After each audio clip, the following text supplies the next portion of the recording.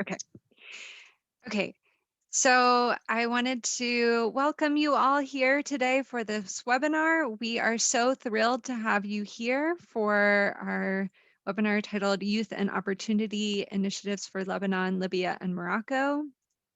My name is Rachel Williams. I am a program assistant in education abroad at HQ, and I am joined by my colleague Justine, also from education abroad at HQ for Amideast, and we are very happy to be joined by our three guest speakers today. We are always excited to have the opportunity to collaborate with our colleagues who work in the field, and I think today's session will be especially interesting. Under the general umbrella of youth and opportunity, today's guests will be sharing about a project or projects that they are working on that provide opportunities for young people in their countries. If you are familiar with Amideast's mission, you'll know that these programs are the core of what we do. And for those of you who are most familiar with our work in the study abroad field, I hope you'll enjoy hearing about some of the other work that we do. And I want to remind you, before I introduce the three guests, remind you to turn your microphone off, and also that after the session, after each of the speakers presents, that we will have a question and answer time, and you can direct your questions at any of the guests or all of them, and feel free to type them in the chat throughout the session so that if you think of a question, you don't forget it before we get to the question and answer time. So our three guests today, we have Dana Saleh, graduated in 2010 from the American University of Beirut. She majored in public administration with a minor in political science. She was recently certified as a career advisor by IACA. Dana started working with Amideast in April of 2010, and in May of 2016, she was promoted to be the educational advisor for the Education USA Center in Lebanon. Since then, she has helped more than 50 CCC students win admissions and scholarships to US universities worth $11 million. Dana has helped US universities recruit students from Lebanon and understand the market in the MENA region. Dana is a firm believer of international education as she experienced it firsthand. Dana was awarded 2 scholarships from the US Embassy in Beirut. Our second speaker is Naseim. She is originally from Benghazi, Libya. She is based at the Amideast Tunisia office, where she manages the YES program in Libya and the Skills for Tomorrow program implemented in Libya. Naseim holds a BA from Michigan State University, where she majored in international relations with a minor in Islamic studies. Since graduation, Naseim has been working in the development field in Libya with a focus on entrepreneurship and education. And our third speaker is Younes Fadad, who is from Casablanca. He joined Amideast in 2008 as an Access Micro Scholarship Coordinator, of which he is an alumni of the program. In addition, he worked as customer service representative and later joined the Ta'amal training program, which was led by the Skills Centers and in collaboration with OCP Company and Microsoft, where they trained young Moroccans to navigate the job market. From 2018 to 2020, Younes supervised the graduation ceremonies and English workshops for all access program providers in Morocco. He traveled to regions across Morocco and witnessed the achievement of students made through the duration of the program. And since the beginning of 2020, he has been coordinating the MCC training program. So we are very thrilled to have each of these speakers with us, and I will turn it over to Dana to begin. Thank you, Rachel. Thank you for having me, and good morning or good afternoon to everyone joining us. In Lebanon, it's 5 p.m., so it's good afternoon. As Rachel said, my name is Dana Saleh, and I'm the Education USA advisor in Lebanon. Education USA is a network of US Department of State centers around the world. We are 430 centers to help all students who want to study in the US, and we are present in 175 countries. In Lebanon, Education USA is present at Amideast, and we're here to help all students who want to study in the US. How we help and what we do, if you're not familiar with Education USA, we provide unbiased and accurate information to students who want to study in the US. And at the same time, we help US universities who want to recruit from Lebanon to understand the market, to reach out to students, to school counselors, and to connect with the students. So we're here to help both entities and to facilitate any kind of interaction. Again, as Rachel said, I'm a firm believer of education, of international education. I've been on an exchange program to the US. I visited 4 cities, and until today, I'm touched by the experience I had. And for that, I decided to go into the field of international education and help students in Lebanon and the Middle East and North Africa kind of open the doors for them so that they can actually have such opportunities, because it's life-changing. When I was in the US, I visited Washington, D.C., Chicago, San Francisco, and Boston. And until today, I can remember things that happened with me. And that's why I want to help. Before I start talking, and I think Naseim was asking questions about Lebanon, I would like to start by a bit of a background or what's happening, an update on what's happening in Lebanon, the current situation. It hasn't been easy, and I really want you to understand the situation so that you can understand the importance of any opportunity you can provide to students coming from Lebanon. At this point, it's becoming more desperate by the day. Each day it's different. Each day we wake up listening to news, figuring out what's happening. The political and economic instability, it's changing by the day, drastically changing by the day. The challenges are numerous. I would start with coronavirus, but everyone's going through that. What we're going through is different because we're having a currency devaluation. We survived a Beirut blast in 2020, the huge explosion that actually shook our office as well. We survived, or we're still going through a revolution that we're hoping it would end up with something positive and a change and hopefully reform. But there's also capital control, unofficial capital control, and much more. Just this month, the World Bank released a report saying that this is the 3rd worst economic crisis since the mid-19th century. At this point, we don't have anything in the supermarkets. You would see people fighting over milk, over rice, over anything. So it's a bit too much for people, and I know that it's too much for us to live, but at the same time, if you do have students on campus that come from Lebanon, I urge you all to reach out to them, to check on them, even if they are from different programs. If you don't know them, it won't hurt you to give them a call, see what they're doing. It would definitely mean a lot to them to have someone check on them, to just listen to them, or even offer advice. I know a lot of times students going through this might not know that there are some kind of resources that US universities have to offer. So maybe if you reach out and kind of facilitate those kind of discussions, students would understand that they can go to the financial aid and go and ask for on-campus jobs and all of that. At this point, parents in Lebanon, unfortunately, cannot transfer money to their students in the US, not even their basic necessity, their personal expenses and all of that. So those kind of discussions would mean a lot to the students. Students who left the country, they're going to graduate and come back to a country that's completely different than what they left. So I'm sure it will take a lot of effort for them to come back and adjust to Lebanon. But also maybe they are going through a lot and they don't want to burden their parents who are already living in this situation. So having someone to talk to, having someone to check on them would mean a lot.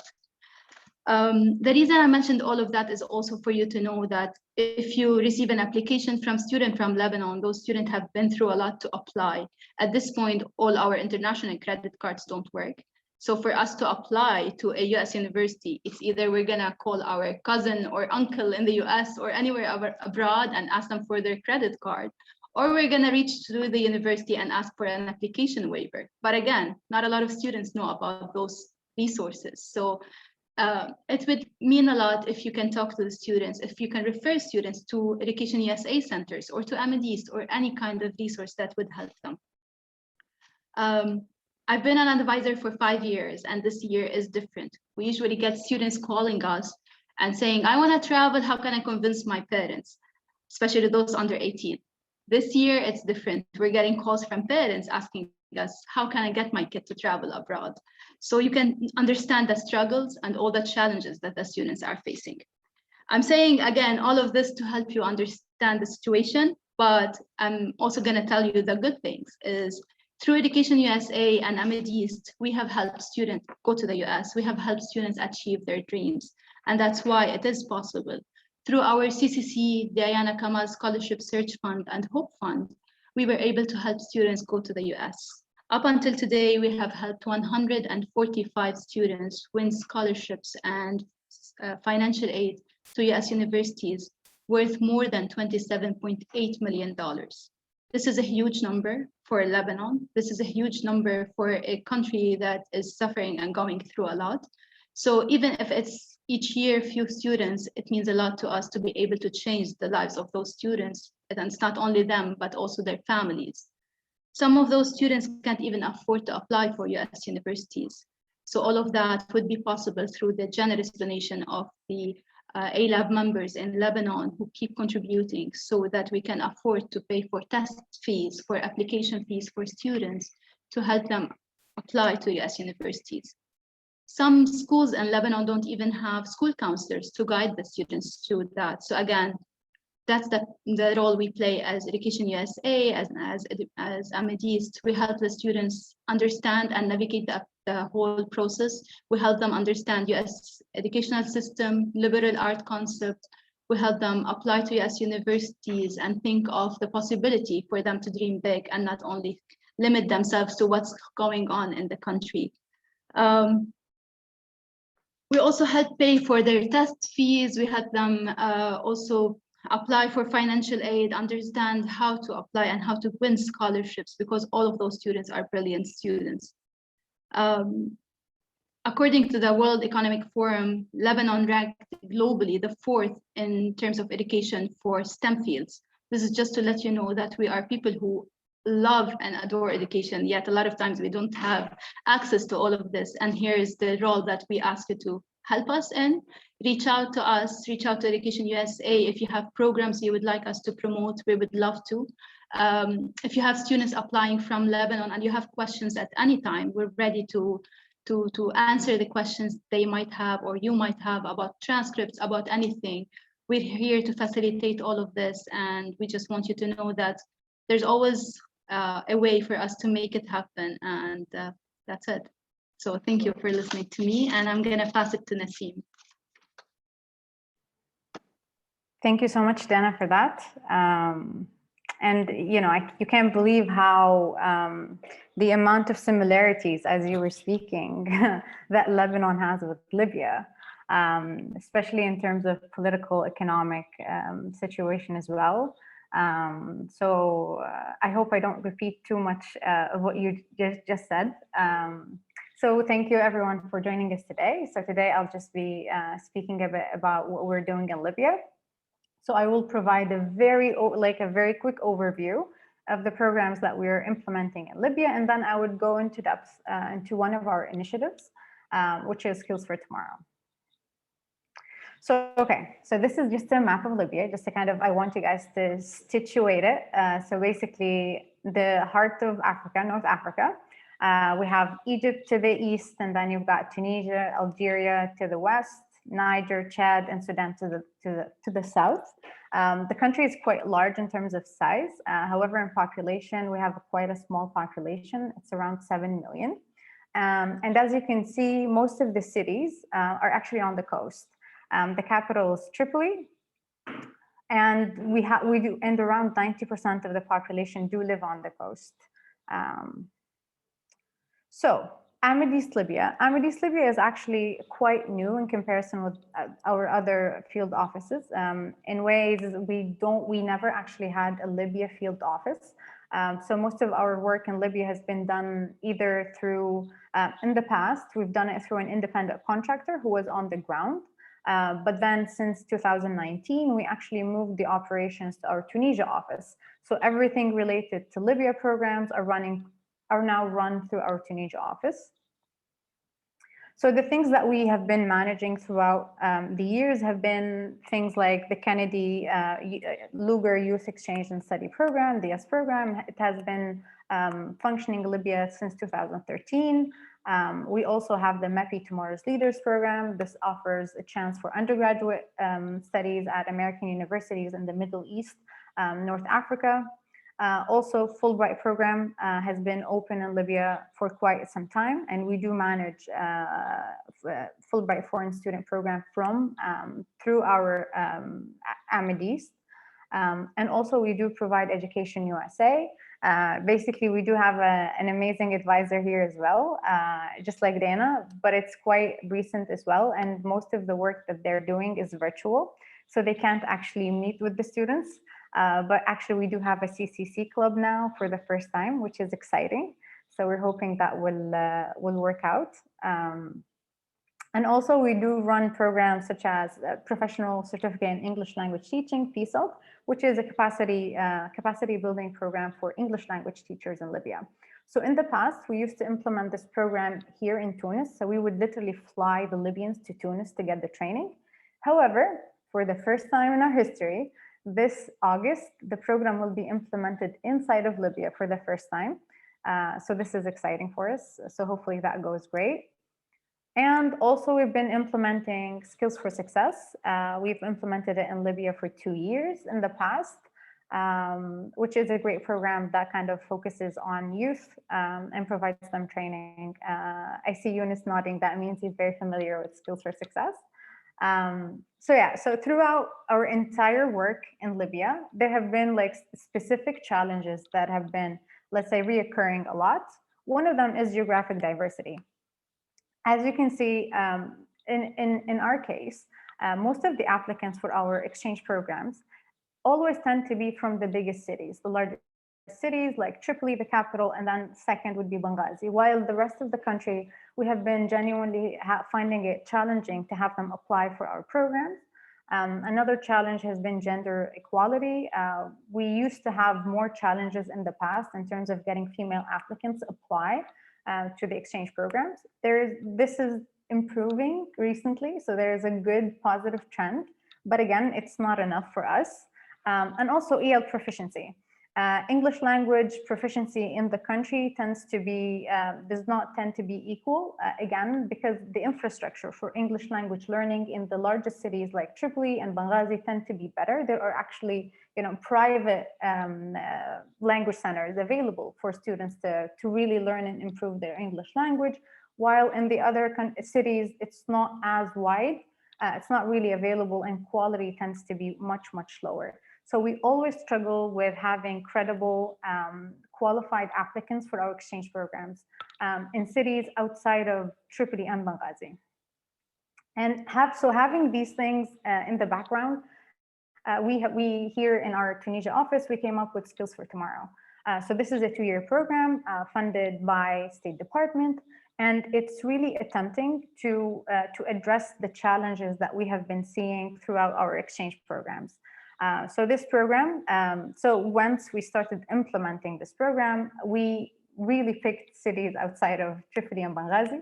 We made that a true priority. So we have, Al Bayda in the east, Jalo, it's like central, south. We've got Sabha in the deep south. We've got Yifrin, Gherian, Masrata, and Tripoli. So Tripoli, it does seem it's the capital, but the program there is actually not open for residents of the capital. It's only available for residents of a refugee camp. So this is an internally displaced persons camp from the city of Tawarga. So we only opened the program for residents of the camp only.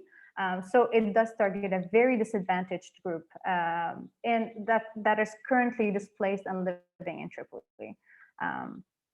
So what does the program offer? So the program is quite similar to a large extent to Skills for Success, but it builds on the weaknesses of the Skills for Success. So the program focuses on English language. So it provides over 400 hours of English language, components of youth empowerment, computer skills.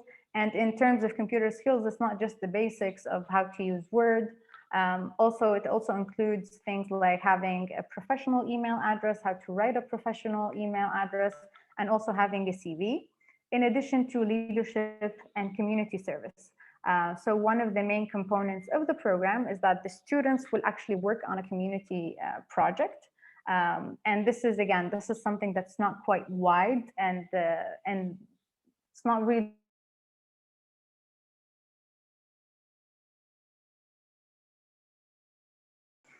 and also a big part of this, and this is the main thing that this program is trying to address, is the issue of that a lot of students are either not aware about the exchange program's opportunities, or they don't really have the skills that qualify them to apply. So one of the main things that this program is addressing is also increasing the awareness of these students about these exchange programs available. And it does not just include the programs that Amideast runs, also anything offered by State Department or anything run by the US Embassy to Libya. We also, we make sure that the students are aware, and we really equip them to apply to these opportunities, because we would love to see more diversity in terms of locations, in terms of genders. And this is definitely one of the things that this program is truly trying to address. So, so this May, I actually got a chance to go back to Libya and visit 3 of the locations, which was quite exciting. So this is the Tripoli cohort, and this is the Jalo cohort. Jalo is actually in the middle of the desert. It was the first time I ever go there as a Libyan, so that was a bit of an interesting experience even for me. And also this is Musrata, Ghiryan, Yifrin, Al Bayda, and Sabha.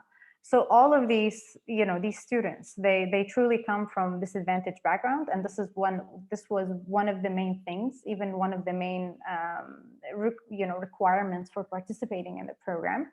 And also just providing them with this opportunity, and also awareness, just increasing their awareness about these exchange programs, and hoping that even if they don't apply to one program, they can definitely apply to the next.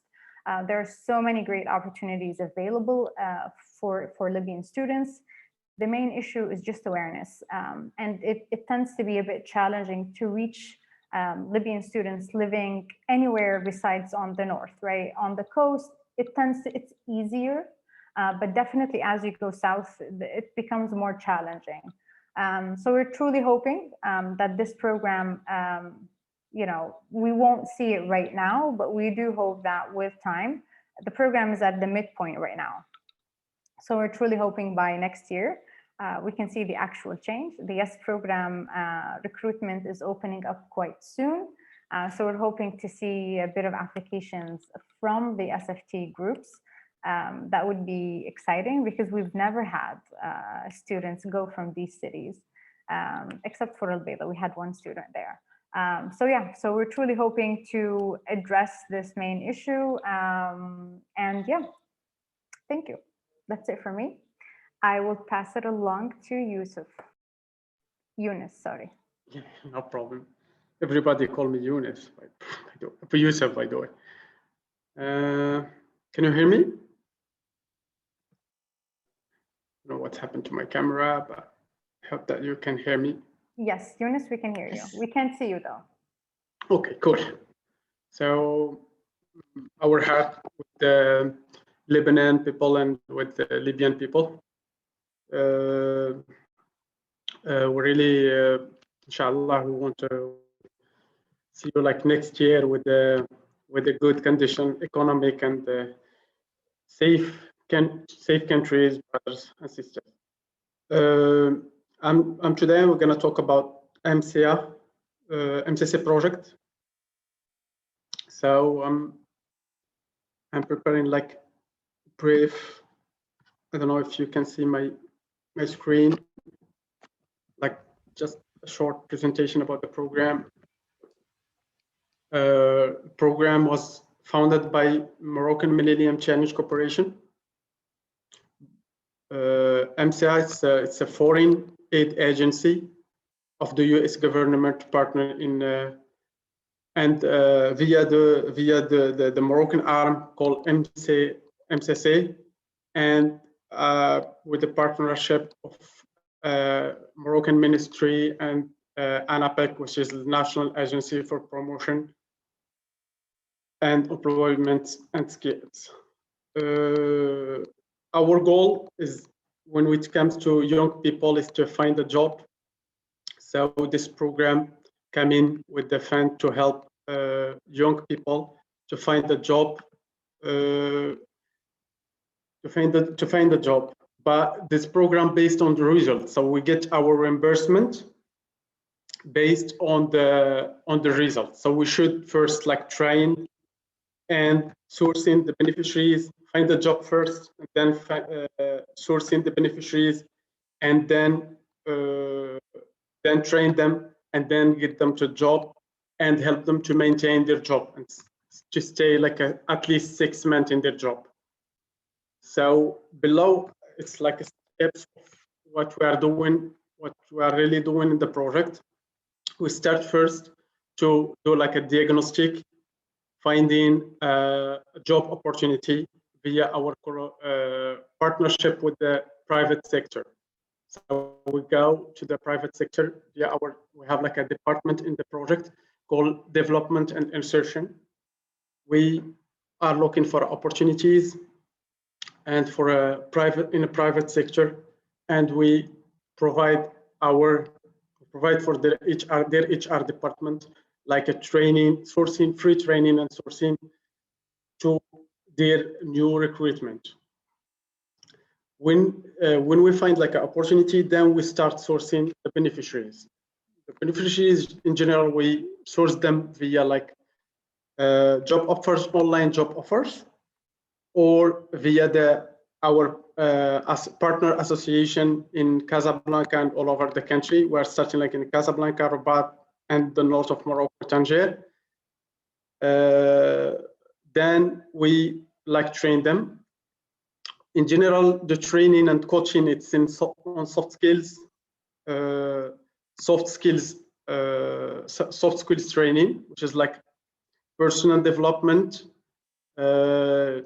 leadership and management, and sometimes this goes to the how to prepare your CV, how to take your interview, and then and sometimes we get like a special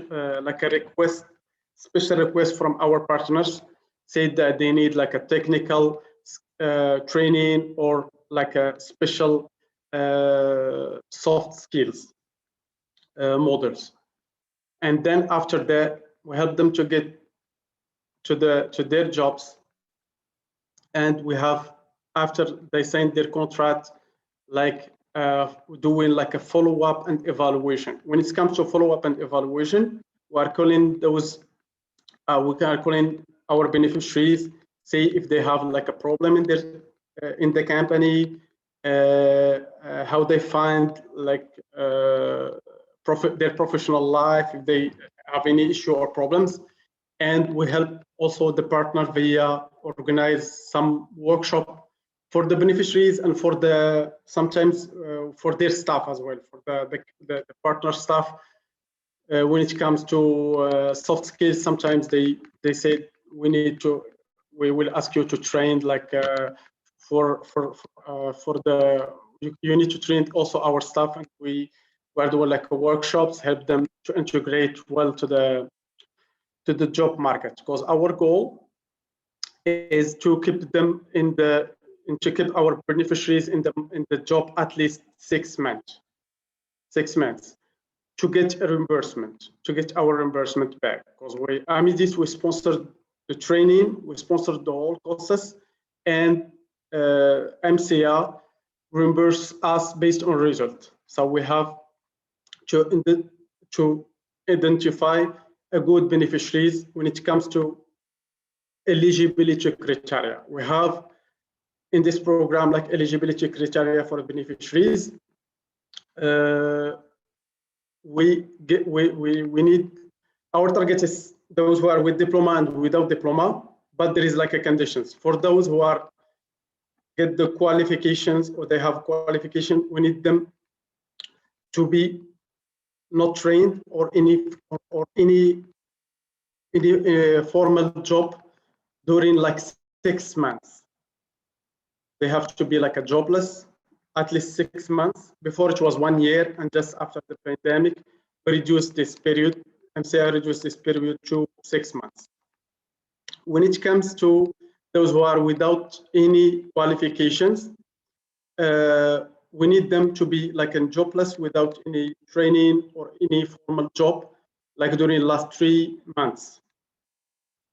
When we get those good profiles, we call them like the eligibility beneficiaries, and we train them and we help them to get their job and stay there for 6 months. Then we get our reimbursement back. It's very challenging, especially that the auditor has his own way to verify. We have to upload and create an account for each of our beneficiaries, upload all his documents, and the auditor goes through via the platform, the program platform, and check the eligibility of each beneficiary. He's like trying to complete his, at least he should complete like 30 hours, attend all the workshops and the training, and he signed his contract. He's get his declaration in at the SNSS, which is like the social security, like the social where we can get the SNSS is the social security number. To get his social security number, that his declaration, he get the job via the program, and via the same SNSS, he can make sure that he stay in his job at least 6 months. So at the end of all these things, we get our reimbursement back. We are in our crazy week today, and this week we need to finish the whole program at the end of this week. We are trained like 540 hundreds beneficiaries. 400 of them, they are already in job, and we have to, the others are ongoing, so they are just waiting to sign their contract and onboarding on their new job. And we need to train like 3 more groups and get their job like before the end of July, because we will have like the Eid and also the summer break. So I think this is all about the program. I'm sorry because it was very brief. I just get like a few hours to make this presentation. I hope that I'm like I talk about the whole program. I'm here to answer to all your questions if you have any question.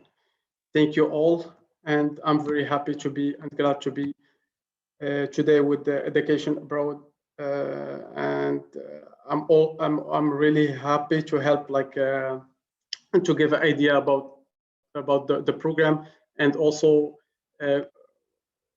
I appreciate like my colleagues in Morocco. I'm in Education Abroad in Morocco.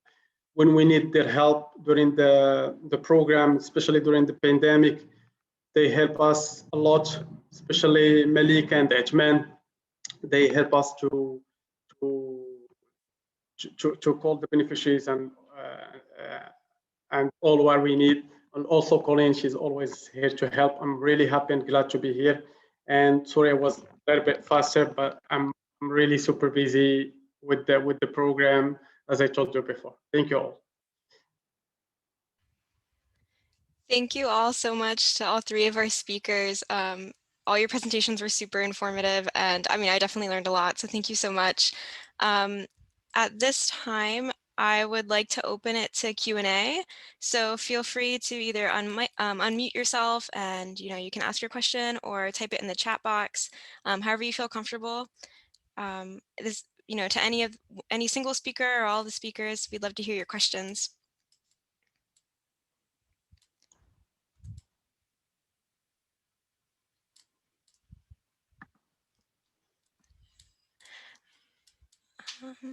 Okay, so we have a question coming in. So this one is for Naseim. So, you know, you're working in Tunisia, but you're working with Libyan youth. So the question is, how does that present any unique challenges, or, you know, how is that situation like? It definitely has its own set of challenges. So since I am based in Tunisia, I do go back and forth a lot. But again, because of the situation, the security situation in Libya, which has been, you know, a challenge since 2011, travel inside of Libya is actually very challenging. You know, the coastal road is still, you know, closed. It has been closed for years. You know, airlines, air travel between, you know, for example, Tripoli and Benghazi only resumed maybe a year ago.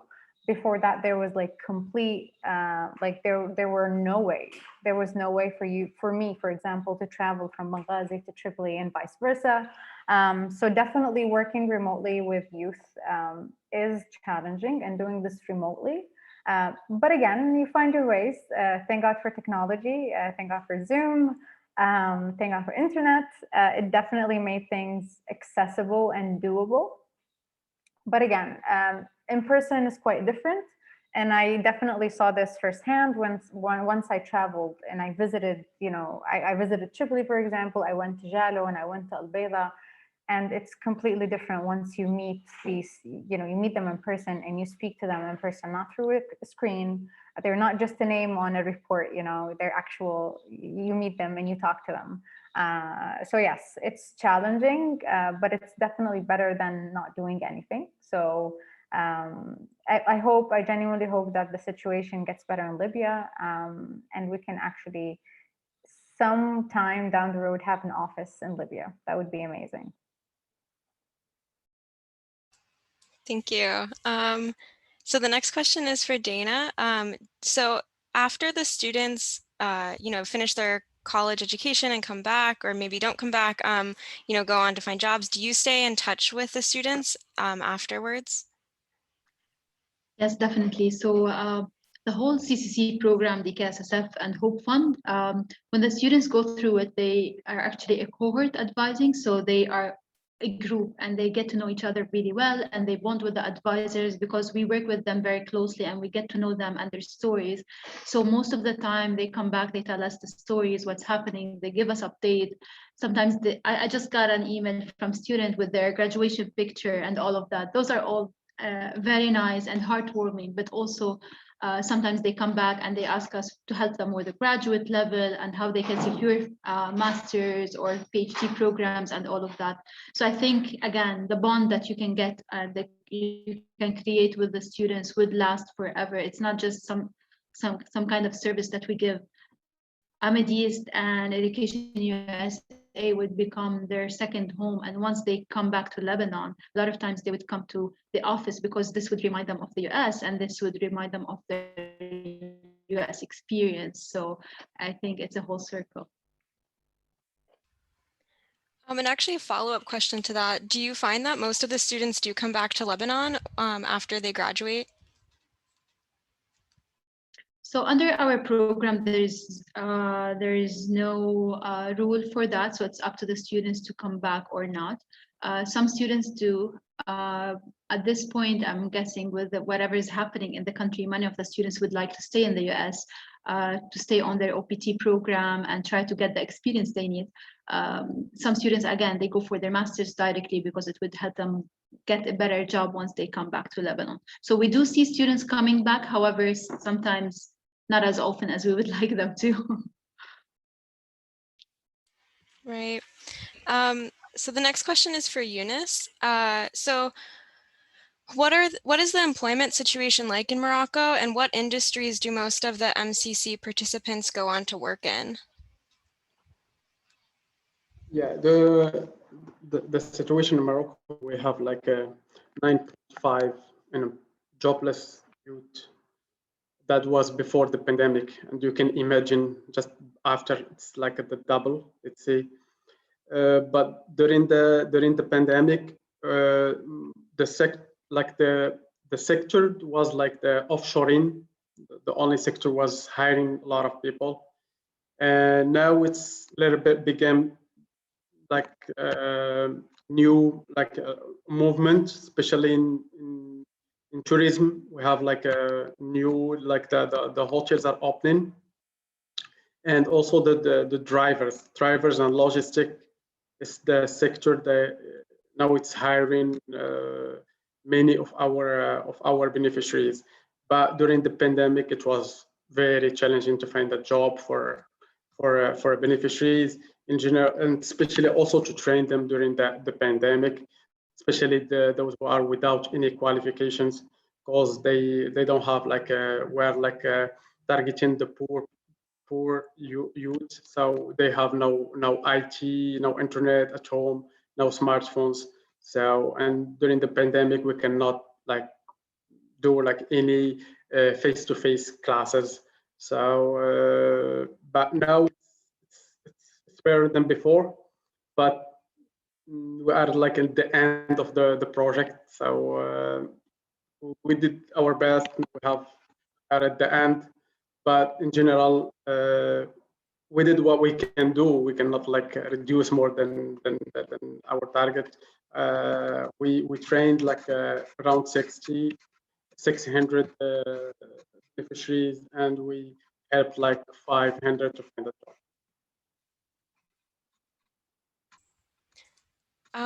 And then kind of a follow-up to that, actually. So is this the first cohort of people that you've been training, or if it's not the first, have you found that people had good success in staying in their jobs? Like, I know you said they have to stay for 6 months, but have you found that they stay longer than that? Like, how successful is the program? Yeah, sure. We have like many of like, let's say like more than 50 of our beneficiaries, those who are get a job like before the pandemic and they stay during the pandemic in their job. Some of those, they go to the public sector as a teachers. So, you know, public sector is stable, so they keep their job even during the pandemic. But for the some of them, they lost their job during that, and we helped them to find another job. And now they are working like more than 3 months. Inshallah, they will stay in their job. In general, if we're talking about in general, not only about the program, we have many success stories in helping youth to find a job in Morocco, because we are working with the OCP in Libya and many cities around Morocco to find a job. And that was also one of the challenge of the program, because in Rabat and Casablanca, when you told someone Amideast in Casablanca and Rabat, automatically for him is like a testing center or an English school or like an exchange program, not like a training, a place where he can find like a training programs. But that was also during the pandemic. We were working on change not change, but yeah, let's say change the image of Amideast that we're doing also, plus all this advantage that we are providing for youth, the training programs as well. Justine, if I can ask just a question for Younes. So Younes, for these programs, you know, you're trying to get these youth to get jobs. Did you guys have a focus on private sector jobs? For example, if anything similar to this would be applied, you know, for a country like Libya, there are too many people apply, like working in the public sector. So definitely this is something that we would want to, you know, not push people to go into, and more to focus on the private sector. Did you guys work with the Ministry of Labor? Did you work with, you know, the Moroccan government or any of the ministries just to kind of help you with the program, or not really? You've been working, you know, directly with the beneficiaries rather, or in the, you know, in the private sector rather than getting the government involved? As I mentioned before, the government is one of the partners, by the way, of the project. But honestly, they don't help us to get any of the those who are finding a job in public. That was by their own effort, but thanks to the training, let's say, because we help them, especially like we're talking about self-confident, how to take an interview and all this stuff. But for the sector, we have our own department, like an insertion and development department. We're looking for many companies around the country. And the strategy is to find the job first and then source the beneficiaries for it. It's not like before I worked for Skills for Success, for example, a long time ago. It was only like a training program. We bring like ladies and just we train them, and we do the follow-up without like any job promising, or we're promising any job for the beneficiaries. And for the other centers that we are managing in Morocco, we are train beneficiaries first and then help them to find a job or find a job for them. For this project, it's very special because we have to find the job opportunity first. And that here was the real challenge. We avoid any generic training. We find the opportunity, and then we source. We start our sourcing of beneficiaries and like matching between the profile that we have on our database and the opportunities. Thank you, Younes. The next question is for Naseim. So how did you choose the cities outside of Tripoli that you're working in? And how did you develop the program in the smaller cities? Okay, so actually this is one of the very nice things about how we selected the cities. So that when we opened up the program, we actually opened it up only for alumni of our PSELT program. So we have been implementing PSELT in Libya for quite a while. So we had a very good network, and it was, diverse. It was all over the country.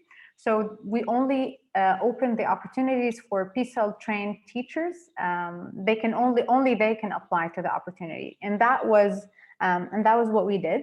And then the way that we selected them basically was based on whether they have more than one PSELT trained teacher, and that was the case in most of the cities, and also how remote the city is, and also the location was very, very important for us, and also how good their proposal is, whether it's financial, whether it's their narrative proposal as well, what type of activities they're envisioning, because a huge part of the program is getting guest speakers to talk to the students, just to kind of inspire them in ways and just show them different paths in terms of career, and also the type of trainings that they really hope and they envision for the program as well. So those were the main things. It was the strength of their proposal, whether financial or narrative.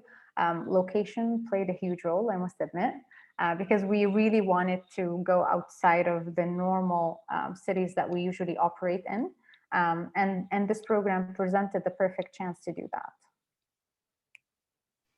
So do you think in future years it might expand to more cities? We're hoping to, yes. Yeah. We're really putting in so much effort into this one, and because this will definitely open up the opportunity for us to go into different cities, and especially going down south, because the infrastructure in terms of the government, I can say, or the governments, because there were points where we had 3 governments at the same time. They definitely they're not functioning to let alone the cities on the coast, but definitely in the south, they're total state failure in terms of providing services to the citizens. So we're genuinely hoping that more programs such as this one would be implemented in the south as well. And I think our last question, unless anyone has wants to send one in real fast, our last question is for Dana. So are the majority of the students that you work with from Beirut, or do you recruit from across the country, or how do you work on that diversification? No, not really. Well, we get a lot of applications from Beirut, but when we're looking for the applications and trying to screen, we try as much as possible to recruit students from all over the country. But that also comes to the effort that we do in the outreach. So when we're recruiting for Hope Fund, let's say the program for Palestinian refugees, we go and visit all 9 high schools around the country, and we go to the Palestinian camps so that we make sure everyone is aware of this opportunity and they have the opportunity to apply and all of that. So that's always helping us getting students from all over the country. I guess the pandemic helped us a lot move things virtually so that also students don't have to commute every day from, let's say, the north or the south to Beirut. So now we're doing it virtually, and I think it's even better this way. So we're probably going to keep it this way for the rest of the program. Students are connecting with us from all around the country, and once a success story is, once we have a student from that country or from that side, we get more students, because you know how it happens, word of mouth in such like urban areas. The people want to know, people want to see, and they just talk about it, and this is a huge success. And then the next year we get hundreds of applications from that area. So don't underestimate the word of mouth and how that would help us in our recruitment. For sure, and that's something that also helps us at EdAbroad too. We get a lot of students from the same schools, the same universities, so definitely understand that. Well, thank you so much to everyone who joined us today. Thank you so much to our speakers and for all the work that you all do. If you to stay up to date on our future webinars, you can follow us on social media, and we'll be posting this recording on our YouTube channel and I'll send out an email with the link when that's posted. Thank you once again to everyone, and have a great rest of your week.